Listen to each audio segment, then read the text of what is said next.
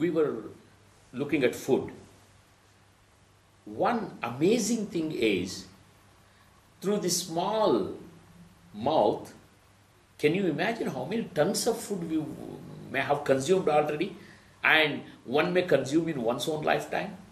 If you say 1 kg of food per day, 365 kgs per year, 1 ton for approximately 3 years, and if one lives for, let's say, 75 years, 25 tons of food would have gone inside. That is what. And this food is a source of energy. And that's the reason why, if you take proper quantity of food and quality of food, you would get that energy. If improper quality of food is taken, energy is dissipated. Similarly, because food is a source of energy, thinking that way, if we eat more, it will not give energy, it dissipates energy. You can see, it could be your experience also. On a Sunday, when you are at home, and Sunday lunch, you eat more because food prepared is so delicious, and once you eat more than your normal requirement, do you think you can do some creative work?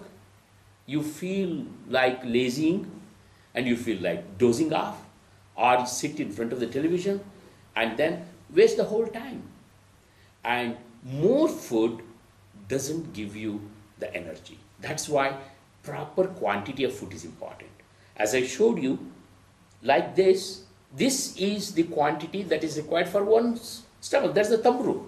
Okay? That's why it is said that if your capacity is, let us say for example, 4 chapatis, you should eat only 2 chapatis and leave the other half empty, of which now 25% of that, that means overall, drink water, and other 25% leave it empty for formation of gases or whatever it is. That is the correct way of eating food, quantity wise. It's very important.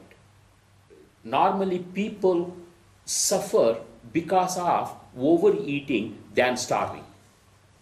We think that we should eat, but then we eat more, we eat food that is not desirable to the body's health, and as a result, we suffer.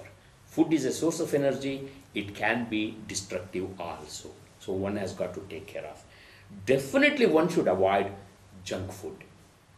Food should be sattvic. When we say, one thing that comes out very clearly is vegetarian food is sattvic.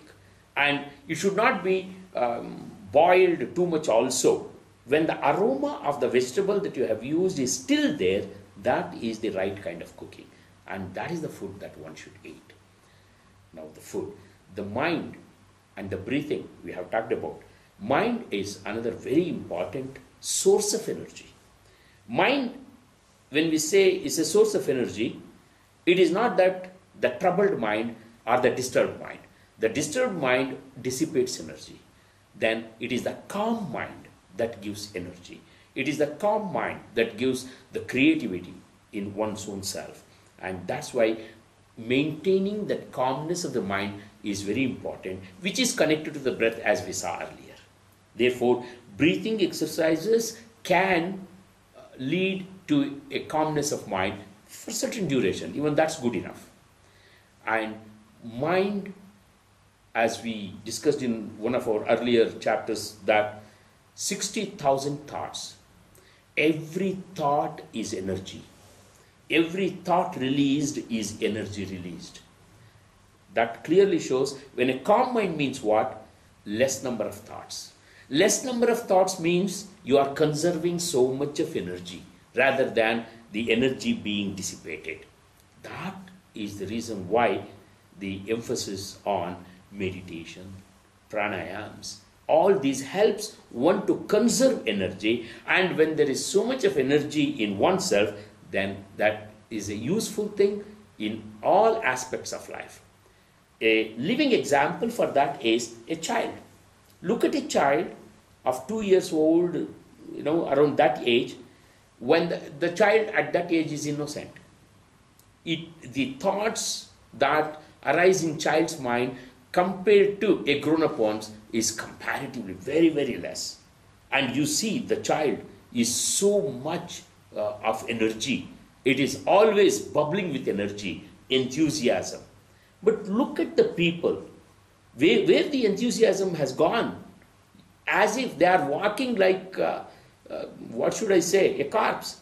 I mean, the whole sky has fallen on them. The enthusiasm is gone and the energy is not there. It is because of various things. Another source of energy is sleep. Sleep is also a very good source of energy. If we don't sleep overnight, next day we don't feel the level of energy as the same. And sleep is a restful sleep, not you are just lying on the bed but not sleeping. That's not the one. When you get even a deep sleep for even an hour, half an hour, whatever it is, it refreshes you. That gives you the energy. That also, again, like food, sleep also, if you oversleep, it will take away the energy. And that is evident from the example, like during summer or afternoons, 10 minutes nap, it refreshes you. If you sleep for 1 hour, then you don't feel like doing anything because you will feel drowsy. Therefore, the 4 sources of energy: food, sleep, breath, and then a calm mind. Now, calm mind, I must dwell on that for some time. Why? Because it can be misunderstood also. Calm mind can come from because of many things. So we should be very specific on that. Calm mind that comes out of knowledge. Calm mind can come because of something else also, the influence of alcohol or whatever. But that doesn't give you energy. A calm mind that is the result of the knowledge, comes out of the knowledge. You know the situation. You are able to tackle that situation. The jnana, the knowledge is there, and that calm mind is a source of energy. And it's very important that we take notice of these things, adopt these things in one's own life. Then, from existing level to the living level, we will be shifting towards that. Otherwise, most of the time, we would still be existing and not living. And when we talked about food, sleep, breath, and calm mind, breath and the mind are connected to each other. Through breath, the mind can be brought to that calm state of level. That is why even in yoga, Ashtanga yoga, asanas and pranayamas are emphasized. Pranayama is very important. It is a common thing that whenever a person is upset or angry, a friend or somebody would say, go and take a long walk, breathe deep, take deep breaths 10 times. This is all normally it is said, but the effect of that is when one breathe in and breathe out deep and long, it has its effect directly on the mind, and the mind calms down.